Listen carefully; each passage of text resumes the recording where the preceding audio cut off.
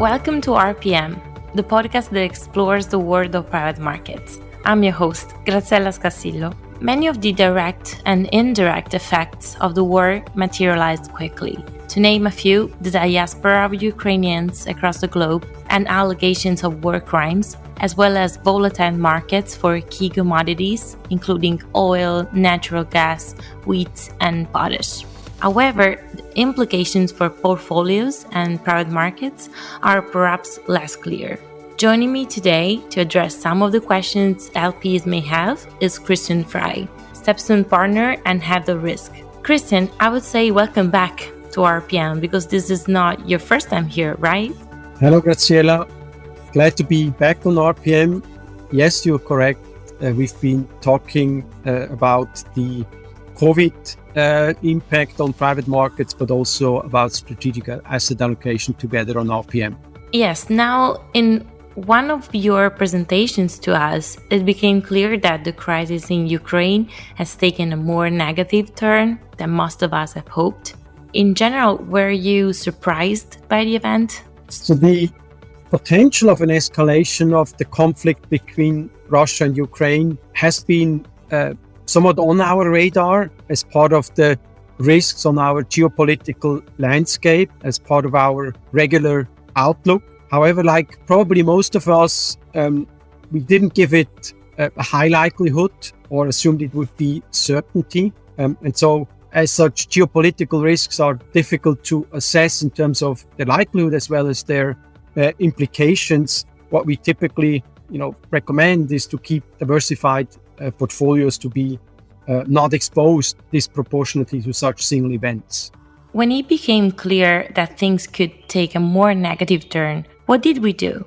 So when thinking about risk and risk management, it always starts with understanding what your exposures are. And for that purpose, StepStone has built a set of tools that allows us to understand exposures, not just of our portfolios that we manage, but also portfolios we oversee and more broadly across the industry. And so already before the invasion, we use these tools to screen assets that are located in Ukraine and Russia, and later also Belarus. And in general, what we found is that there's, only marginal exposure to these countries. And the reason is probably that it takes typically specialized GPs that are active in these countries. But risks doesn't stop at borders.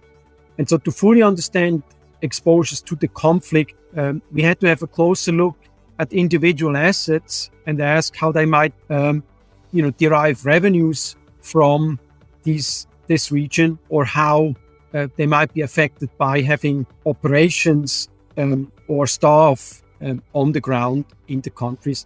And as you can imagine, this is a slightly more difficult task to do because you need to understand the details of a business or an asset. Well, considering this second step and starting with the corporate world, where did the teams focus their attention to? So on the corporate side, the focus was on companies with revenue derived from the region, companies which use inputs from the region, as well as companies with operations on the ground in either of the countries. Where companies derive revenues from the regions, if any, these were typically in the single digit to low teens percentage points of total revenue. But even not all revenue is equally at risk to be affected. So, for example, medical or pharmaceutical products are currently exempt from sanctions, but even this exemption might have impacts on the business, as there are certain shipping companies that stop delivering or shipping to the region. And so even if maybe your product is not sanctioned, you nevertheless might face challenges shipping your products to the region. So, that requires close monitoring anyway. Then on the input side, energy is certainly in the first place to look. Up to now, gas has been flowing to the Western Europe more or less freely. Businesses like chemicals or utilities have mainly been impacted by higher energy prices, not by disruptions. But given the recent steps by Russia or plans of the EU to potentially get off Russian energy completely, that definitely represents a certain risk for these businesses as well. And when it comes to operations on the ground, companies are facing two types of challenges. On the one side, trying to avoid business interruptions, but then on the other side as well, caring for their staff and making sure they're safe. And Ukraine has well-trained IT professionals, and so if we think about operations on the ground, that could include IT companies, which is maybe not something that one would think of in the first place. In general, I think these thoughts illustrate that risk doesn't stop at the border. So even if you don't have your domicile in either of these countries, you can be negatively affected, of course, by the crisis. Thank you, Christian. And if we want to move also to real assets, would you mind sharing some thoughts on the challenges companies are facing in this asset class as well? In their review, the real asset team has paid special attention to assets related to air travel, as well as assets located in neighboring countries. And so if you think about airports, can be affected in multiple ways. So historically, leisure travel behavior has been affected by conflicts as travel destinations have changed or trips might have been cancelled outright. And airports that, depend heavily on routes through Russia or Ukraine airspace might experience additional headwind as, passenger flow or passenger volume decreased. And, agriculture and food supply chains have been heavily impacted. It's something that my colleague Ryan Ramsey just discussed in an earlier podcast, and so I don't want to dig much deeper here on that aspect. And what about the real estate asset class instead? Generally, what I hear from the real estate team is that it's very unusual for our clients or the GPs that they track to have exposure to real estate in Russia or Ukraine for a host of reasons. And that's also what we saw when we, checked our exposures. They did also do a deeper analysis on asset level with the focus on identifying projects that might face delays due to supply chain issues as a result of the conflict. But there's, hardly any impact there as well. And what, GPs report is that, the Central European real estate market is not really affected by this crisis. So now, Christian, can you explain how you assess your indirect exposure to the conflict? So the global economy has already been suffering supply side constraints before the invasion, and the disruptions that we see resulting from that conflict only intensify that pressure. So the broadest indirect impact will be coming through higher energy and commodity prices feeding into higher inflation. This will, on the one side, erode purchasing power, but on the other side, higher inflation will also increase the pressure on central banks to hike interest rates. And given that the seeds for higher inflation have been planted already during the pandemic with these generous fiscal stimuli and loose monetary policy, I think it's difficult, if not impossible, to actually assess even the impact of this crisis alone. It's also not the first time that we talk about inflation and input price pressure.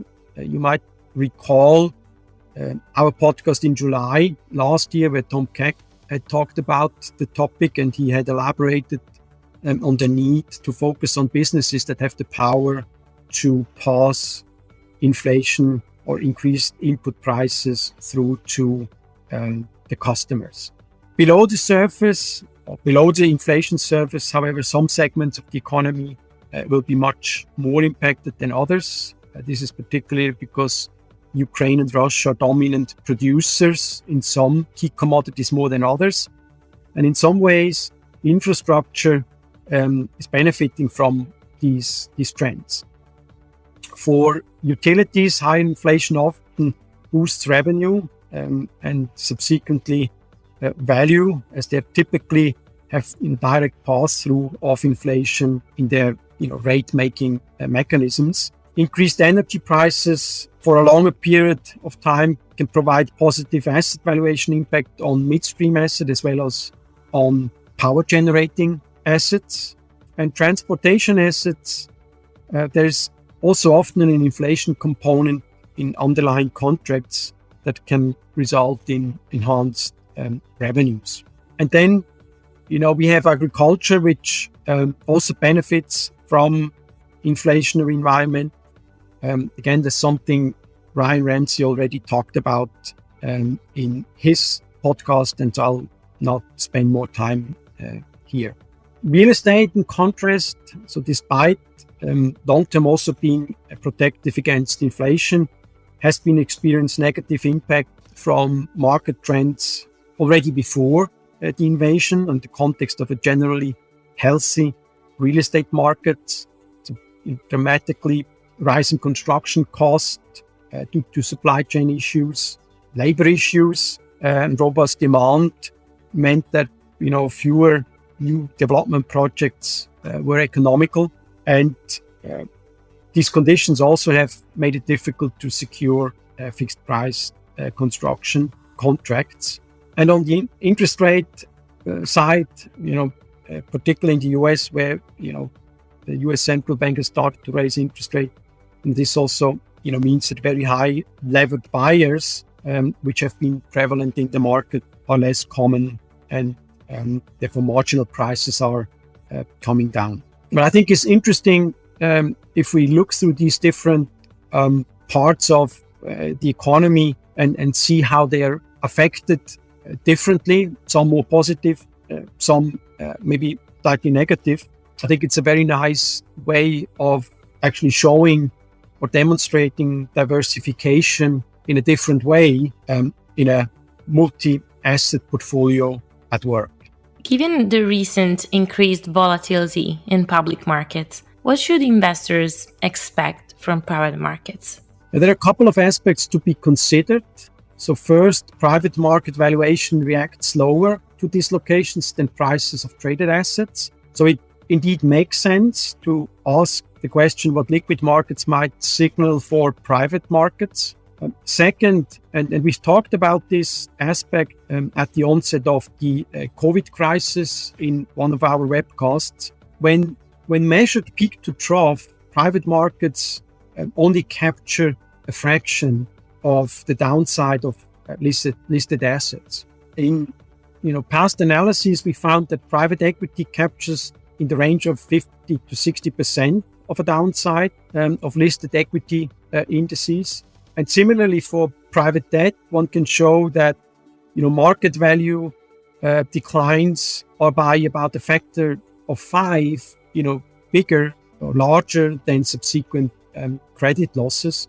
That's actually something I've talked about in a recent webcast for our StepStone clients, where I was focusing on the impact of the crisis on private debt specifically. And considering these characteristics, private market allocation can have an important stabilizing role in portfolios. Will private companies that generally have more leverage suffer more from the downturn in the economies they participate in? I think absolute leverage numbers are only one side of the coin. I think we must also take into account that GPs tend to be very active shareholders, so they can push management to take corrective actions. They can also provide financing to make it through a rough patch and capture opportunities in turbulent times. And if it is needed, they can even change management where necessary. And in general, they can react quickly. Actually, if we look at the COVID crisis, this episode provided ample good examples of the active roles of GPs, and not just as sponsors, but also as lenders helping manage companies through difficult times. So now, Christian, putting that crisis to the side for a minute, besides supply chain disruption and interest rates that you've just mentioned, what other risks are investors worried about? So the war has indeed moved certain topics into the background. First and foremost, the COVID pandemic. While in the Western economies we're accustomed to be almost back to normal, this is not necessarily the case everywhere. And in particular, thinking about China, it seems that they're in a particularly uncomfortable spot as they try to maintain their zero COVID policy. And partially related to that, we have the supply chain constraints.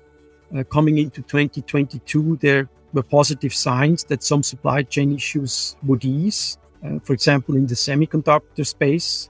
However, with some suppliers of consumer and intermediate goods forced to regular shutdowns of at least parts of their economies, we think that supply chain issues might persist longer than originally hoped. Another challenge seems to persist in the US labor market, where it's harder and harder to find staff in recent weeks, and where wages are increasing. And aside from these short-term worries, there are also longer-term economical, ESG or geopolitical issues that bear certain risk. And most of them we've already featured on our regular outlook, so they're not necessarily new. On the economic side, these are demographics and deglobalization and their respective impact on productivity and longer-term inflation. On the ESG front, I can think of climate change and raising inequality, which are important challenges to be addressed. I mean, both, if left unaddressed, have the potential to haunt us in the future. And finally, on the geopolitical side, the most obvious question, in the current context is, how China is positioning itself vis-a-vis Taiwan. But then we also have the unresolved disputes with Iran and North Korea. And finally, Christian, please give us some good news. Do you think that we will face a recession? Trying to call recessions has always been a tricky exercise, and this time around it's probably even more challenging. And I'm saying this because there's a number of variables and moving parts which are to some degree even interdependent. Starting with the conflict itself, we don't know what decisions the warring parties will take, in particular what decisions Russia will take. And that, of course, has profound implications for the duration of the conflict. But then there is also the response of not directly involved nations.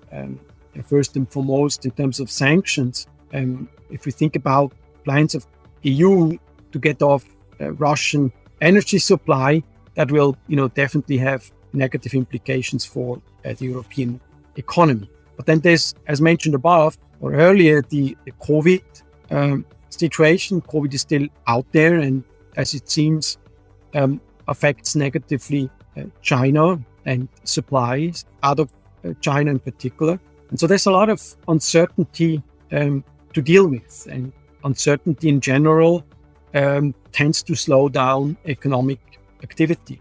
But then there's the inflationary pressure and the question of, how central banks react to it. The fact that the current inflation has demand side as well as supply side a component, greatly complicates the job of central banks, in my view, when they try to withdraw the extraordinary measures that basically have been in place for a decade. So with all these different decisions, there's actually a broad set of scenarios one can envision. And so that's why I'm saying I think it's probably particularly difficult this time to call recessions. I think but I probably feel comfortable saying is that Europe definitely has the higher risk of ending up in a recession than the US. However, that might end. At StepStone, we believe that it's difficult to call recessions and time markets, and that's specifically true for private markets. And so we think the best way to deal with this is to stay course and follow the longer term plan that one has.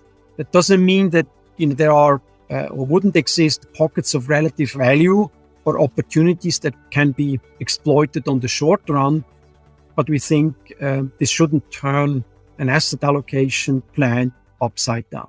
Thank you, Christian. Thank you, Graziella. It was again a pleasure to be on RPM with you.